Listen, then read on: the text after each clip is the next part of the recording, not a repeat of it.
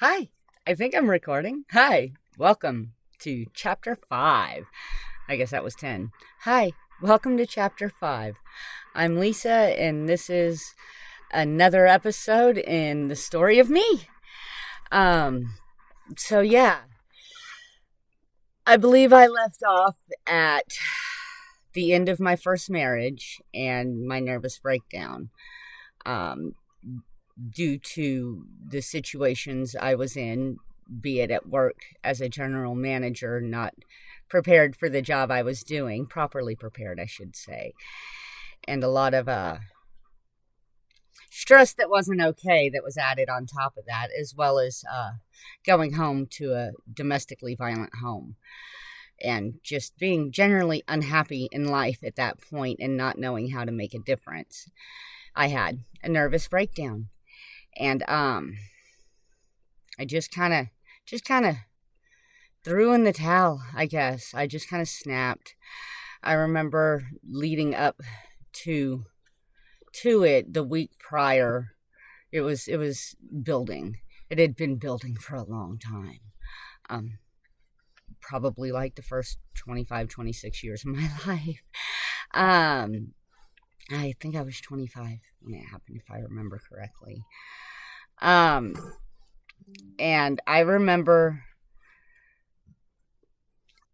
So yeah, I just kind of threw in the towel, and the week leading up to it, um, I remember going into my office every morning and crying for like the first hour of the morning, and that's just not who I am, and I didn't like feeling like that, and I felt helpless and frustrated. I felt like my hands were tied, and I had no options, and anxiety set in. Not like I hadn't had these issues before, just all of a sudden they were in my face. Now, mind you, I grew up going to counseling. Whether it was at school or therapy, my dad had me in a mental hospital for like a month or two when I was like 10. Um, Through my teenage years before I left home, I was doing counseling. And so I had always been in some sort of therapy. I don't want to say always because it wasn't really like every week for years on end, but there were big chunks of time in my life where I had gone to counseling and therapy and groups and all sorts of things, just as a result of the traumas and experiences I had gone through throughout my years. And even throughout my first marriage, we had had some counseling together, some couples counseling, and trying to save our marriage and such, and just learning how to be better humans to each other and for ourselves as well. And but at this point in my life, I guess there was a lot of things I had never really addressed or allowed. I still carried such a heavy burden of shame and guilt, and just like a millstone around my neck. That's the phrase that comes to mind, where I had this boulder, or maybe even better yet, I had this backpack on my back that I had collected stones over the years of traumas and hurts and things I hadn't addressed or dealt with, and I kept packing these stones in this backpack, which it made every step all the harder. And so over the years, this backpack got pretty heavy, and the week leading up to my nervous breakdown, I was really feeling that weight. Um, like I said, I just felt like I didn't have any options. And I remember the day I left work and I went we had I don't even remember what you call that. We had like a certain set of doctors you had to go to through our health insurance at work. And I needed to go talk to somebody. I couldn't deal anymore. And I went in crying, and gosh, he may have admitted me that day. I don't remember now. I guess trauma brain, right? That's a thing. I have those scattered splotchy memories. And Kind of makes telling my story a little more difficult, but at the same time, there are bits and pieces of it there that I remember very vividly. Um, and the more healing I do, the more comes back. I don't know if that's a good thing or not, but it is a good thing. I say that tongue in cheek, but some of it are things that I can understand why I didn't remember too. So I went in crying and began the medication journey. And so I will say this here and now, in my opinion, looking back on what started from what I'm telling you now, I no longer take medication, nor I don't think you could pay me enough. They did not benefit me at the time. Throughout the years, I was convinced they did.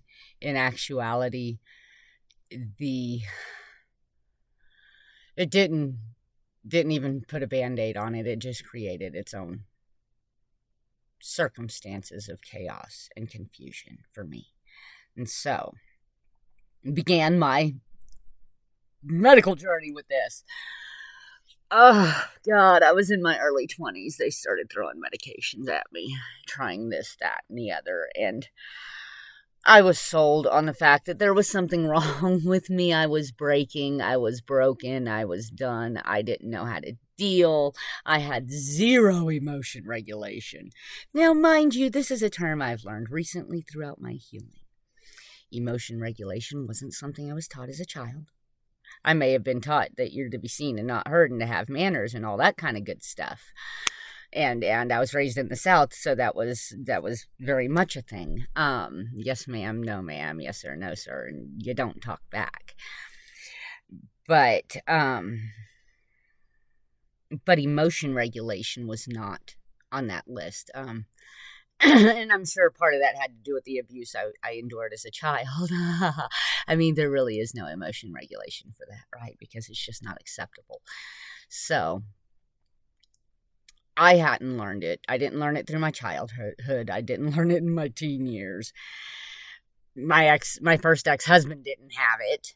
That was a big part of our problem. And I learned, you got to be careful who you surround yourself with. And I didn't know this growing up. And through the years, this is something I've learned as a result of healing and where I'm at today in my journey, which I'm very, very thankful for. We pick up other people's behaviors, whether we know it or not. We become those we hang out with. And so I remember when I first started dating my first husband, and we had stayed up late, and he had college to go to the next day.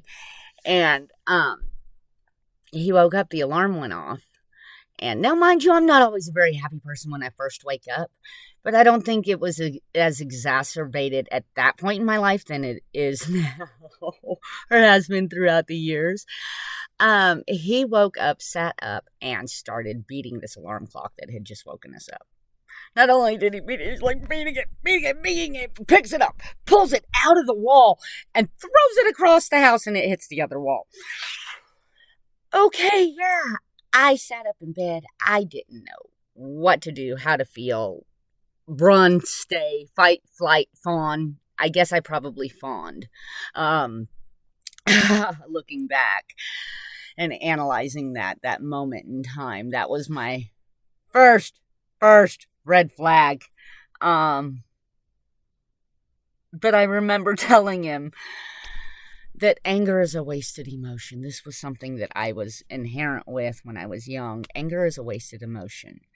You're going to go in circles for like 2 hours and still be right back at the problem needing a solution after you've exhausted all this extra energy and all this negativity for what? It's just not, oh, what's the word I'm looking for? It's not prudent, but that's not the word I want to use. It's not a good use of your energy and time. So, I always felt like anger was a wasted emotion until it became a learned behavior. And boy, did that learned behavior like grow. You know that backpack with the stones? Yeah, no, this thing was a mountain on my back. I picked up that anger thing and ran with it through my second husband, and yeah, up until my rock bottom. But that chapter's more chapters. Um, and so, they started throwing medicine at me. And I don't even remember where I was going with that. Oh my gosh, that train just totally derailed. But I know that I was talking about my medical journey. And, darn it. And how they started throwing medicines at me. And they did different things to you, you know, and they make you behave. They made me behave. I'll try to be careful with my words here because this is applicable to me. This is my experience. I'm not a doctor. This is just my remembrance of how I felt and how things happened. So please don't hold this against me. This is just my opinion and how I responded. Because I know medicines work for a lot of people. Just this is my experience. And so, you know, when they weren't working, they'd up the doses. And I mean, I guess that is probably a chapter all of itself. So I went into this doctor's office and they began the medicine. And I don't know at what point I started going in and out of the hospital. I don't know at what point I started cutting again. I had done that before I left my aunt's house when I was a teenager. And I remember having a conversation with my school counselor about it and wearing long sleeves. And I was like 14 years old at the time. So again, you know, I had things that needed to be addressed in my life and in my heart and in my soul that had still just been buried and waiting to be acknowledged and have love shown in those places. And so I don't know at what point I began cutting. I know that the fights at home got worse and worse. I think that the doctor that day did put me on a leave. And I don't remember even how long the first leave was because I never went back to work. I had pictures and tools and all sorts of stuff that had gotten left at that job. Like I said, that job really meant so much to me, and I felt like such a failure, and I didn't know how to make it work. I didn't know how to make it work at home. And I just felt like I was failing at life. Well, I guess this is how I feel about this, right? These chapters get me. And I just didn't know how to fix any of it. And looking back, it wasn't the any of it that needed the fixing. It wasn't what needed my attention. I needed my attention. But I didn't know that. And the doctors aren't going to tell you that, you know, at least not the doctors I was seeing. And so, like I said, the fighting and stuff got worse at home. And I wouldn't be out of the hospital long before I just couldn't take it at home, and whether they would commit me or I would go in for a voluntary one. And so the fighting was just getting worse and worse. I was not there mentally. The medication for me, and like I said, they tried so many different medications. I mean, literally the list would fill up at least one piece of paper, one side at least, if not both front and back over the years. And they had me on the Prozacs and all of that. And I think medical technology has come further now. They know not to give Prozac to 20-somethings. At least I think that's a thing now. Because, see, you know, I told you in earlier chapters how my grandpa had killed himself. And I was very much against giving up. It's not something you do. And something had switched inside of me. And I don't know what happened. There was a lot of hurt. There was a lot of pain. The in and outs of the hospitals. The medications. The not comprehending reality, or not, I guess, just having a different view of reality due to the medications. And I mean, my goodness, I was barely coherent at some points throughout this medicine journey, and a walking zombie, if you will, and thought I was making good choices. It was really hard to be present. It was hard to be anywhere. Um, and so they're giving me all these medicines, and as the fights were getting worse, and it's not like my first husband and I hadn't had the knockdown, drag out fights, and then I get pulled out by the hair and told to get out, and we separate for like a week or whatever, and I go to a hotel for like a week and come back, and because I didn't have good boundaries at that point and I didn't recognize the red flags, and just didn't believe in divorce either.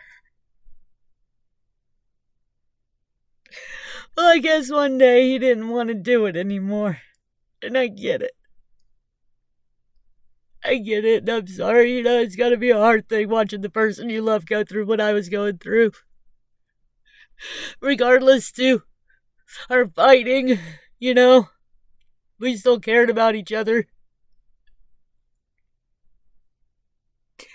I guess he told me he wanted a divorce. This is what I was told after the fact. And I didn't take that very well. And I guess this time it felt different. And I remember looking in the mirror in my bathroom, taking handfuls of pills, and going, why am I doing this? I completely just was disassociated, I guess is the proper psychological term for it. But it was like something had there was this darkness that seemed to have control over the situation, and I'm not taking accountability for my actions. I'm just telling you how I remember it happening. And I think I took 90-day supply bottles of pills. It's a lot of pills. And I'm sure they weren't brand new, but they weren't old either. It was a bottle of Zyprexa, a bottle of Celexa, and a bottle of Prozac. I was told they carried me out non-responsive.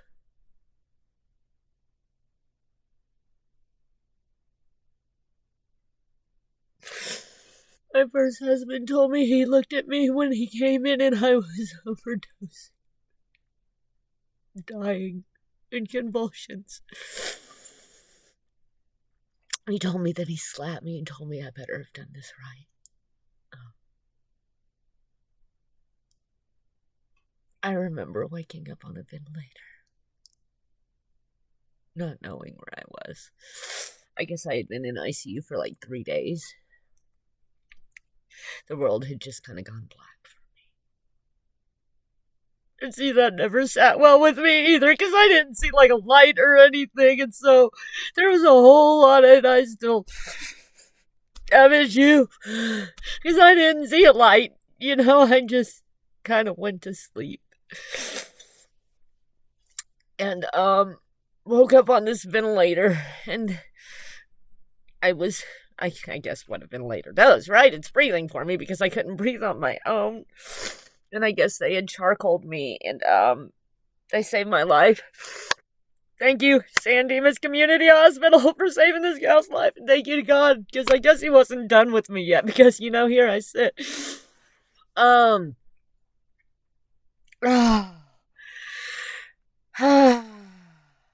remember I woke up on that ventilator, and I think my first husband was sitting there next to me.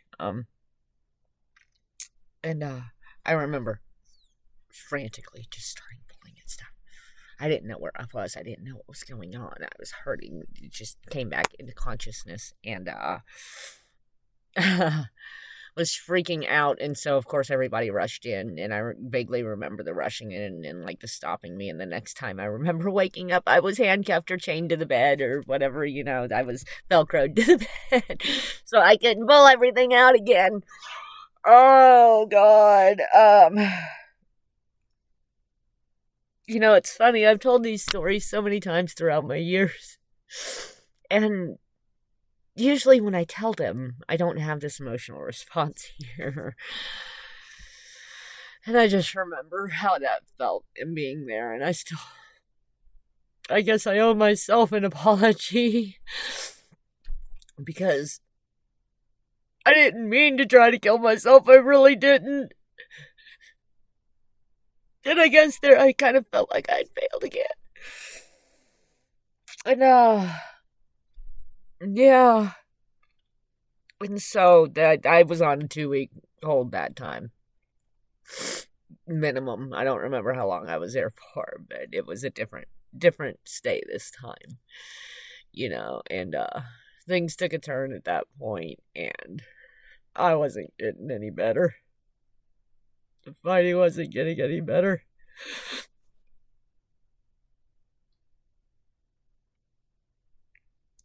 Like I said in previous chapters, there are times I wish I could apologize to my first husband. God rest his soul. I'm sorry. Like a lyric from a song that always sticks with me. You can plan a pretty picnic, but you can't predict the weather, right? And these are the days of our lives.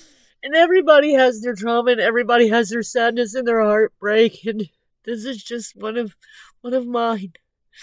This was how my first fairy tale story ended.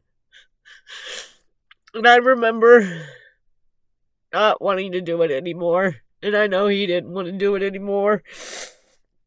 And so my mom was having my biological mom, because we had been working on rebuilding that relationship, she was having some sort of surgery or something like that. And I had met her boyfriend. They had just recently started dating at that point. God, this was so long ago. They had come down and we had done the Disneyland thing, and this was post my nervous breakdown, but like somewhere in the fog of all of that before I tried to kill myself. And they stayed for 2 weeks or something, and we lived in SoCal, and so they had this tent they stayed in outside, and I remember it being a good trip. I don't know how it was for everybody else. We did the Hollywood thing and the Walk of Stars, and I think I might even still have a picture or two at my mom's of that trip. God, I was so young still, weren't we all? But so I had met her boyfriend, and he was helping her get through her surgery stuff, and I think she was still dealing with some cancer, because she had some cancer when she had me as a preemie. And so she'd still been dealing with her own medical stuff. And she's had a medical battle for quite a while. So praying healing for my mama. Today's her birthday. Happy birthday, mama.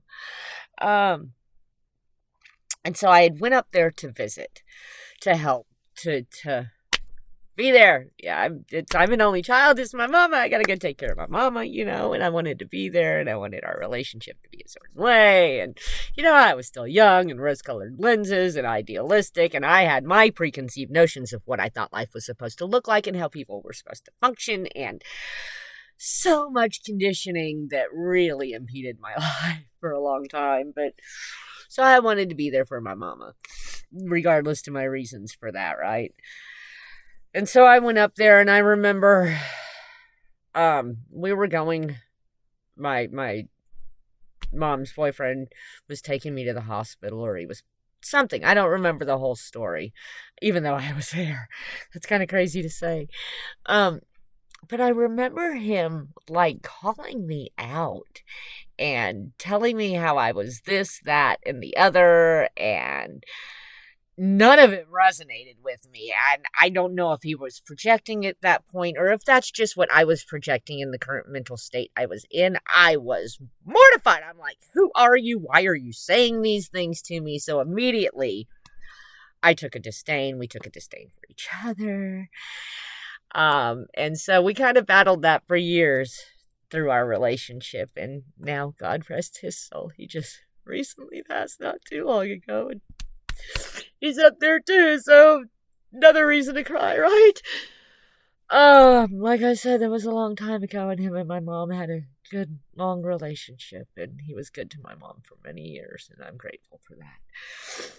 And in the end, well, we still had our back and forths, but we got along more than we didn't, and so for that I'm grateful. He'll always have a good place in my heart, except for this one instance where he thought he knew me, and I was crazy at that point, technically. Oh, levity, right? And so I remember being there with my mom and with her boyfriend.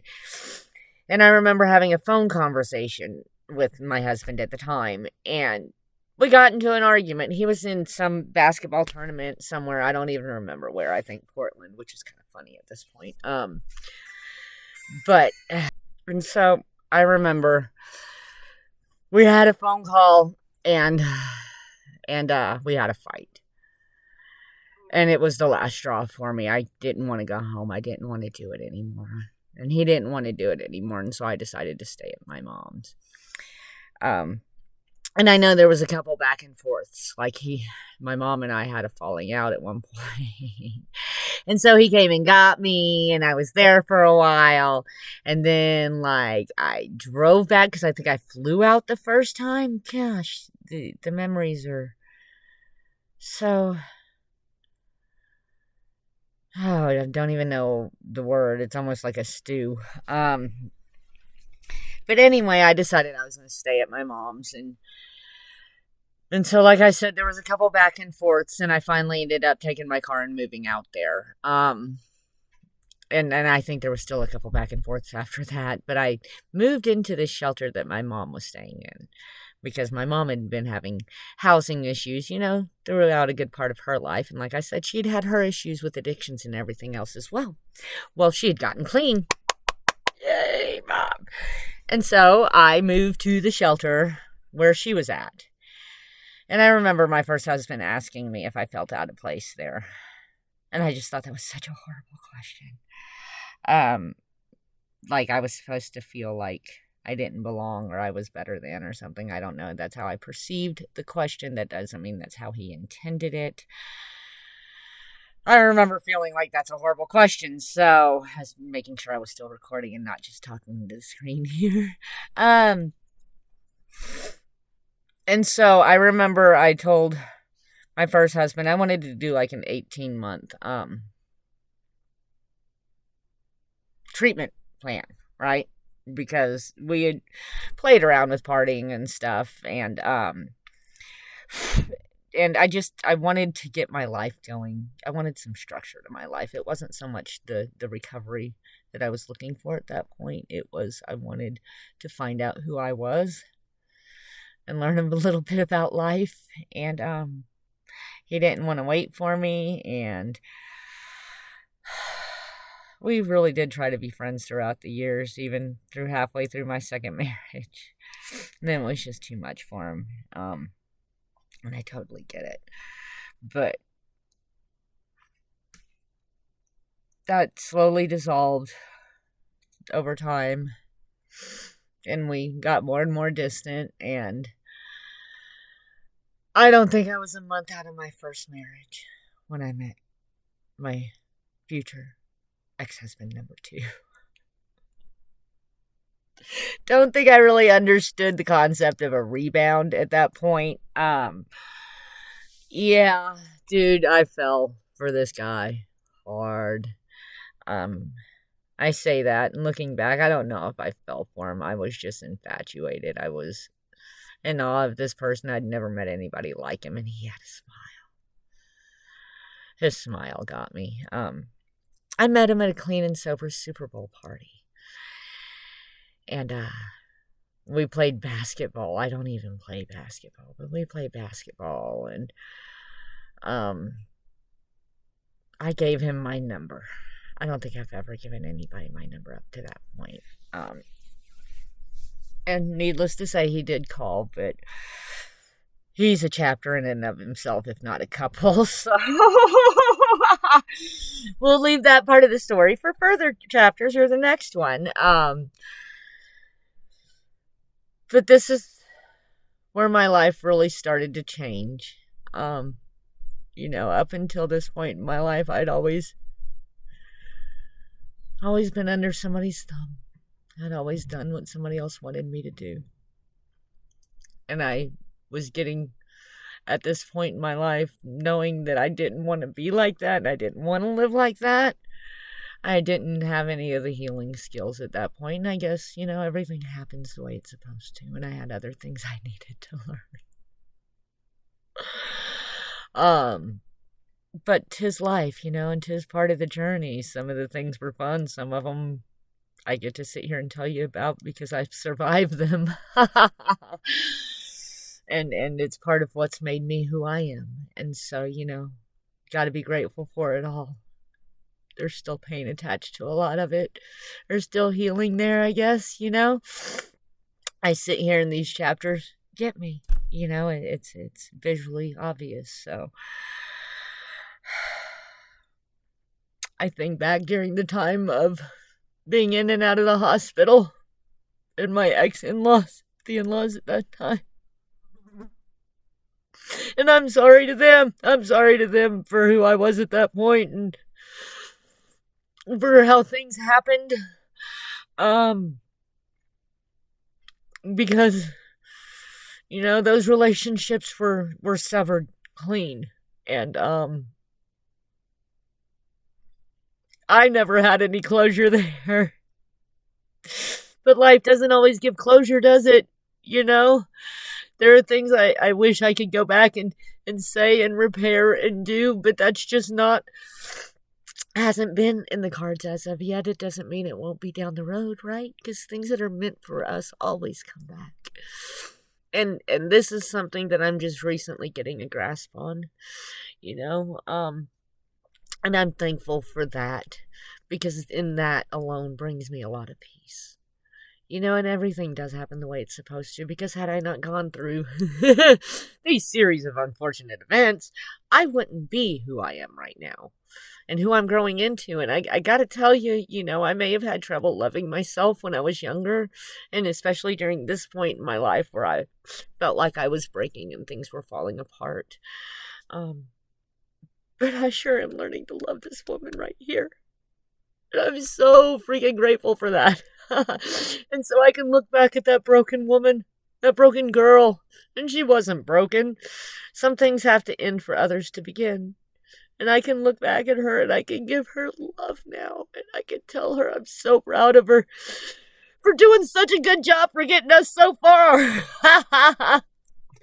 I accomplished some amazing things in my youth, and I overcame some really hard obstacles in life. And you know what? I'm proud of me for doing that.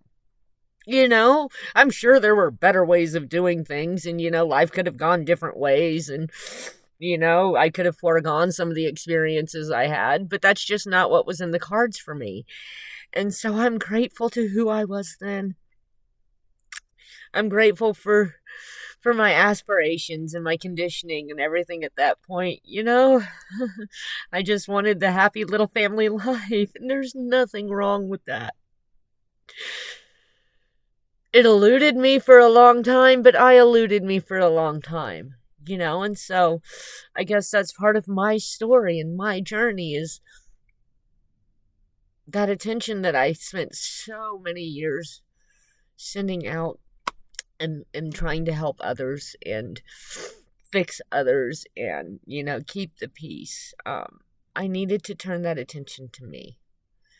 And for a lot of years, I think I ran from that, and I hid in fixing other people and people pleasing and codependency. And I know that these are learned behaviors, and I know that there are reasons for it, right? And I'm not saying that those are bad things or were bad things for me at that point in my life. I was just learning how to be. There's no instruction manual. We grow up how we grow up, and eventually you're just kind of a grown-up, and there's still no instruction manual. There's kind of a social conditioning of how you're supposed to behave and be, and, what life's supposed to look like according to societal norms and such. But I was just learning how to be. Learning how to survive, I guess, trying to get out of fight or flight on, just learning how to navigate life as an energy in this body. And so I'm grateful for my navigation. I'm grateful that I sit here before you. I'm grateful that God wasn't done with me yet, because that was a really scary time in my life. And I'm grateful that I have the opportunity to sit here and tell my story. And again, thank you if you've made it this far. Thank you. Welcome back for chapter 5. And I hope that you've taken something away from this chapter, something that will help you and benefit you, and that you heard what you needed to hear. And know that whatever challenges you have faced or you are facing, you have everything you need within you to get you through it. May not always feel like it or be fun, but the sun will shine again. And you're going to come out stronger and more beautiful and more amazing than you already are. And that's a hard thing to believe, right? But it's true. And I'm proud of you. Thank you for listening to my story and walking along this journey with me. And I look forward to encouraging you and walking alongside with you. I hope you have an inspired day. I love you. And I'll talk to you again soon. Bye for now.